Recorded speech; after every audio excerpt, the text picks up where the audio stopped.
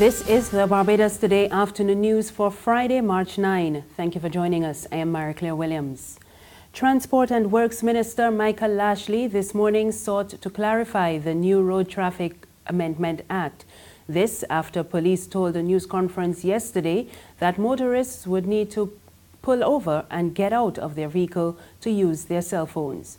The announcement sparked much public outcry, but Lashley told a news conference this morning that motorists will not be penalized if they follow all the road safety regulations. Now, I just want to make it clear that there's no provision in the present amendments or even the law that was passed before that state that you must get out your vehicle to use the cell phone. Now, I want to state categorically that the Ministry of Transport and Works, that we are not in agreement with what was articulated yesterday by the representative of the Royal Barbados Police Force. The minister stressed that the amendment is designed to discourage individuals from breaking the law. The intent of the legislation, basically, is to deal with that driver who is on the highway, on the roadway, and using his cell phone. If someone pulls off the road, engine is running, that person is not impeding traffic, not obstructing traffic, and that is not the intent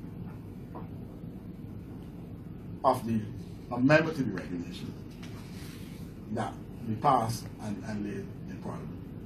But let me say this, we will continue to work with the stakeholders, including the members of the Royal Barbados Police Force, and we just want to clarify this position because it's caused some confusion, and I want to say to all road users that if you pull off the road, if you observe all safety precautions, you're not impeding traffic, and you still I want to make a call and using your cell phone. The intent of the law is not to penalize that person. Meanwhile, the police have since issued a statement saying that the driver does not need to exit their vehicle to use their mobile phones. Principal of the Cave Hill campus of the University of the West Indies, Professor Eudine Barriteau, is reporting continued decline in enrollment numbers since the introduction of tuition fees for Barbadian students. Professor Barriteau was addressing the campus's council meeting this morning. She said enrollment declined in all 5 faculties except medical sciences. And by last academic year, the enrollment of 5,171 represented a 40% decline in enrollment compared to 2013-14. Figure 1 reveals that while women continue to outnumber men, it was in fact, and you see the information there, it was in fact proportionately more women who dropped out or postponed a university education after tuition fees were introduced. Overall, enrollment stood at 66% female and 34% male. We would like to increase the percentage of male, but at Cave Hill it is 34% male and 66% female. A Barbadian national has been remanded to prison on drugs charges after trying to enter the island with cannabis and cannabis products.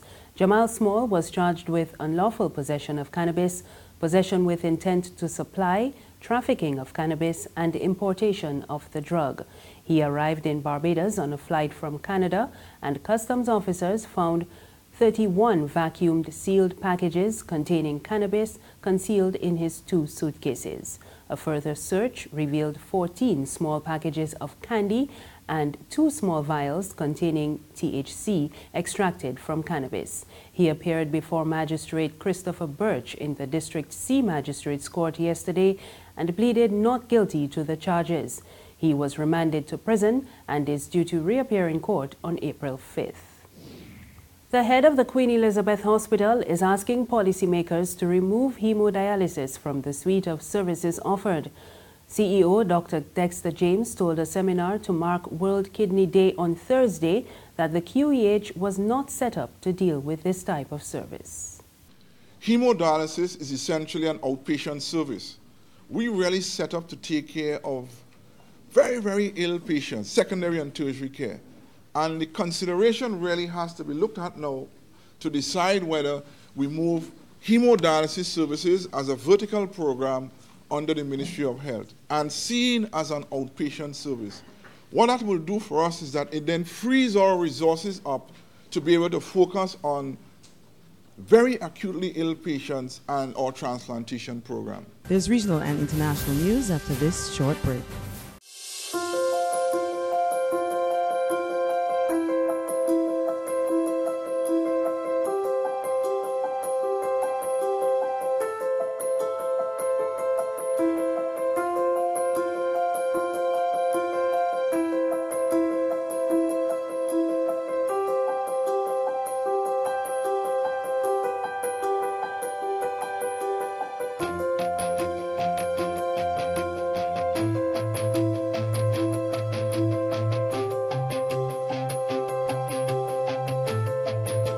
Barbados Today, news you can trust.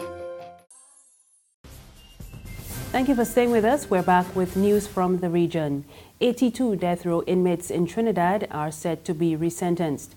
This after the Court of Appeal ruled that sentencing judges have the discretion to impose prison terms other than life.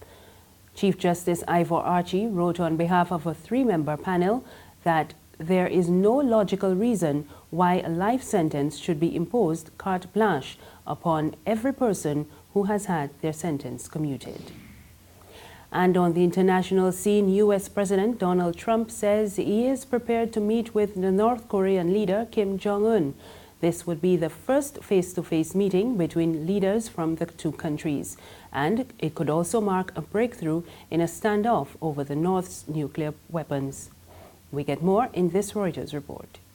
South Korea says they expect Donald Trump's meeting with Kim Jong-un to succeed. On Friday, a spokesman for President Moon Jae-in said he believes a summit between the two could lead to North Korea giving up its nuclear weapons program. Trump quickly agreed to an invitation from the Supreme Leader to meet by this May and posted on Twitter that a meeting was being planned. It would be the first ever summit between the U.S. and North Korea and one of the biggest international gambles since Trump took office last year. Reuters' Matt Spitalnik explains why from Washington. While talks are underway, they would be willing to freeze their nuclear and missile testing.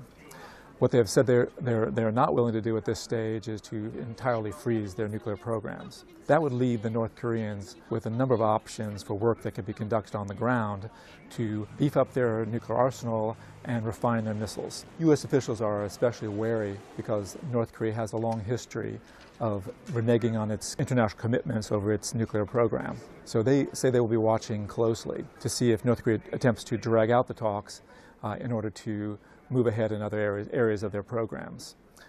They believe that they will be able to tell relatively quickly, within a matter of months, whether the North Koreans are just trying to play us.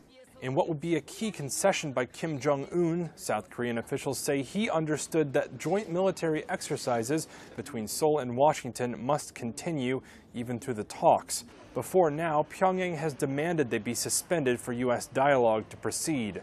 After Trump agreed to a summit, a U.S. official told reporters the president was meeting Kim because he's the ultimate decision maker in North Korea. He added, quote, "President Trump has made his reputation on making deals."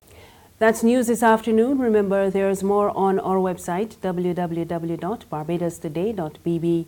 You can also subscribe to our e-paper, email updates, and like us on Facebook. We're on Izumi Media in bus terminals and on Screenplay at supermarkets and gas stations near you. You can also find us on Mix 96.9 FM. I am Mary Claire Williams. Good afternoon.